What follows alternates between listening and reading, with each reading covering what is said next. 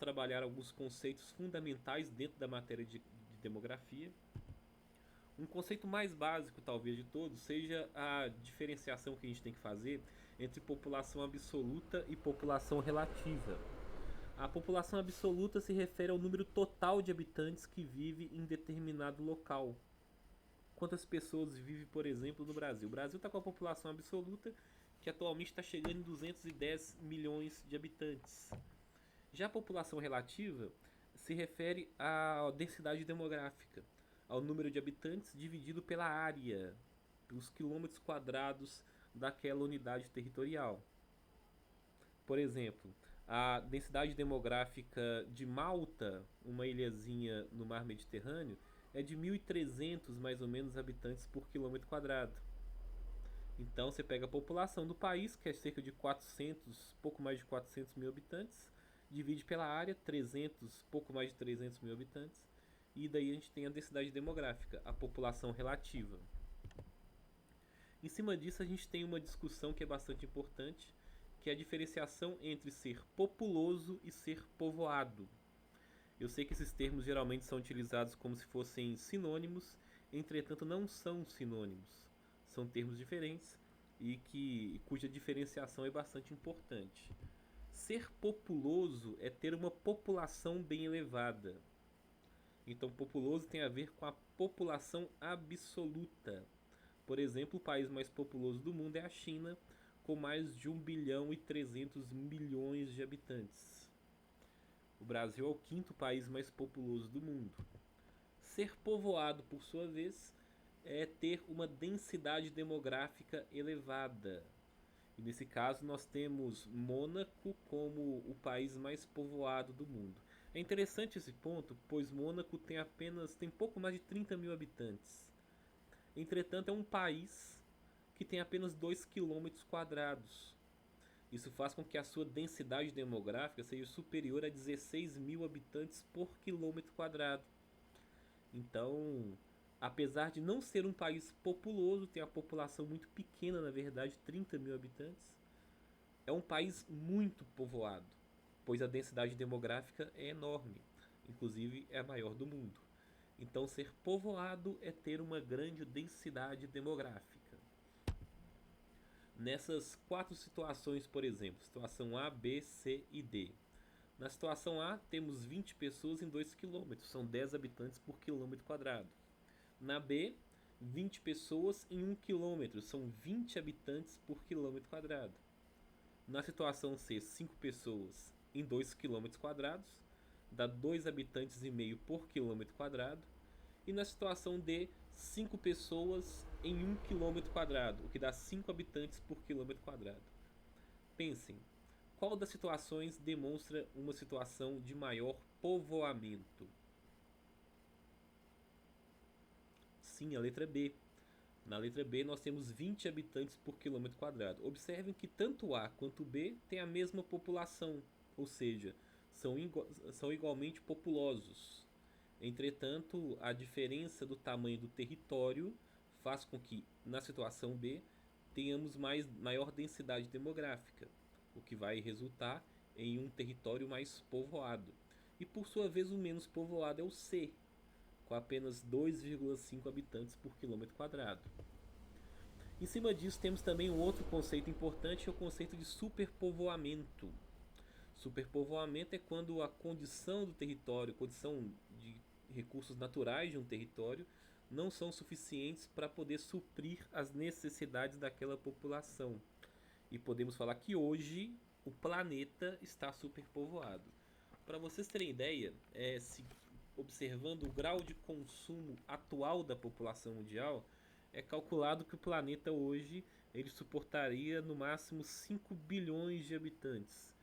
E já temos uma quantidade superior a 7, chegando já quase a 8 bilhões de habitantes. Então já ultrapassamos bastante o limite do planeta, observando o tamanho da população e o grau de consumo de recursos naturais. Estamos, portanto, em débito com o planeta, com a capacidade que o planeta tem de fornecer recursos naturais, e isso é claramente uma situação de superpovoamento da Terra. Se a gente observar, por exemplo, o nível de consumo de quem vive nos Estados Unidos ou no Canadá, o mundo suportaria cerca de 1,7 bilhão de habitantes, porque lá se consome muito mais recursos. Então, se por um acaso nós continuarmos a replicar, a copiar o modelo de consumo que existe nos países desenvolvidos, sobretudo nos Estados Unidos e no Canadá, muito em breve essa situação de superpovoamento vai se agravar. E esse agravamento deixará com certeza bastante problema para as futuras gerações que viverão no planeta, onde os recursos serão cada vez mais escassos, inclusive recursos essenciais como água, o petróleo que já está em vias de acabar nas próximas gerações, o solo agricultável, dentre outros.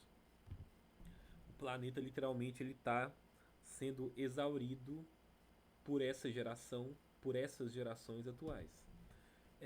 Outros conceitos também importantes é a diferenciação que a gente tem que fazer entre crescimento demográfico e crescimento vegetativo.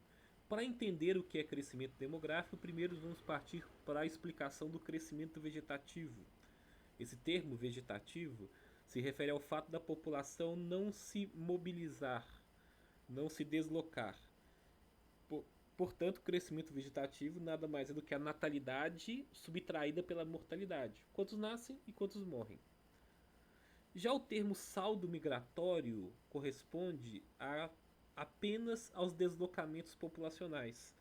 Quantas pessoas imigram, com I, a quantidade de pessoas que entram naquele território. E subtraído pela quantidade de pessoas que emigram, com E, que são as pessoas que saem daquele território. Então, crescimento vegetativo, nascimento e mortalidade, saldo migratório, entrada e saída de pessoas.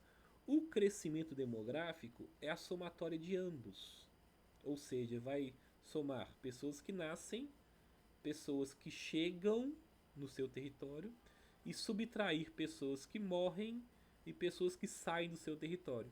Esse é o crescimento demográfico. Esse crescimento demográfico também é bastante influenciado pela chamada taxa de fecundidade. Taxa de fecundidade é o número de filhos que cada mulher tem, em média, em uma população. No Brasil, por exemplo, a taxa de fecundidade atualmente ela está em cerca de 1,7, quase 1,8, 1,77 filhos por mulher. Isso faz com que o Brasil, por exemplo, tenha hoje um processo de envelhecimento populacional. Por quê? Porque para fazer uma criança é o material genético de duas pessoas. Então, quando a taxa de fecundidade está abaixo de 2,1, isso quer dizer que vai ter menos pessoas chegando à faixa etária dos adultos nas próximas décadas, já que hoje nasce menos crianças, menos jovens, e vai ter mais pessoas envelhecendo. Por exemplo, a geração das avós de vocês provavelmente teve mais filhos do que a geração dos pais de vocês. Os pais de vocês hoje, imagino que estejam aí na faixa etária dos 30, 40, talvez 50 anos, daqui a algumas décadas serão muitos idosos. Por quê? Porque eles têm muitos irmãos. Já vocês, que estão na faixa etária entre 10 e 20 anos, daqui a algumas décadas serão menos adultos, uma vez que vocês têm menos irmãos. Então, isso faz com que haja um processo de envelhecimento. O que é considerado ideal para a reposição é 2,1, porque os dois filhos substituem os dois pais na fase adulta. Esse vírgula 1, esse 0,1 a mais, é pensando que existe também uma mortalidade infantil, uma vez que nem todas as crianças elas chegam até a faixa etária adulta. A mortalidade infantil é nada mais do que o número de óbitos em determinado universo populacional dentro da classe de crianças. Pode ser até 5 anos, pode ser até 1 ano, até 2 anos, aí depende muito do cálculo que é feito. E é também um fator importante para poder entender melhor a qualidade de vida da população. Populações com a mortalidade infantil muito elevada são populações que, em vias de regra, não têm um bom acesso a serviço médico hospitalar, à medicação, a campanhas de vacinação ou a saneamento básico, a alimentação adequada, tudo aquilo que é bastante essencial para aumentar a sobrevida da população. Portanto, a mortalidade infantil é um fator importante para ajudar a entender a qualidade de vida, assim como a expectativa de vida, que é o que se espera que determinada população, os indivíduos daquela população, viverão em média. Hoje no Brasil, por exemplo, essa expectativa de vida ela já está ultrapassando os 77 anos. É o que se espera, desculpa, os 75 anos, melhor dizendo. É o que se espera que cada brasileiro vai viver em média hoje. Entretanto, esse processo está crescendo. A expectativa de vida é um, um indicador que está aumentando, está sendo elevado. Isso tem a ver com melhorias tecnológicas, com melhorias na qualidade de vida, isso observando as últimas décadas para cá, e isso tem levado a expectativa de vida. Inclusive, a elevação da expectativa de vida é o que ajuda a entender bastante este gráfico. Este é um gráfico que demonstra o crescimento populacional, o tamanho da população absoluta mundial ao longo da chamada era cristã, ou seja, desde do ano 1 até uma projeção para 2100. E dá para ver que durante a maior parte desse período a população esteve em um ritmo de crescimento muito próximo de zero. A população esteve com quantidade bastante constante. Aí tivemos alguns períodos de maior crescimento, outros períodos de redução, como por exemplo quando houve a epidemia de peste negra, que assolou parte da Ásia Central e também da Europa, matou uma grande quantidade de pessoas lá no século XIV, mas também havia um processo de crescimento da população em séculos anteriores. Então, ao longo desse período inteiro, ela ficou quase sempre constante. Entretanto, a Revolução Industrial, em meados do século XVIII, foi muito importante para poder explicar um crescimento vertiginoso que a população mundial vai passar nos últimos séculos, nos últimos 3 séculos, sobretudo.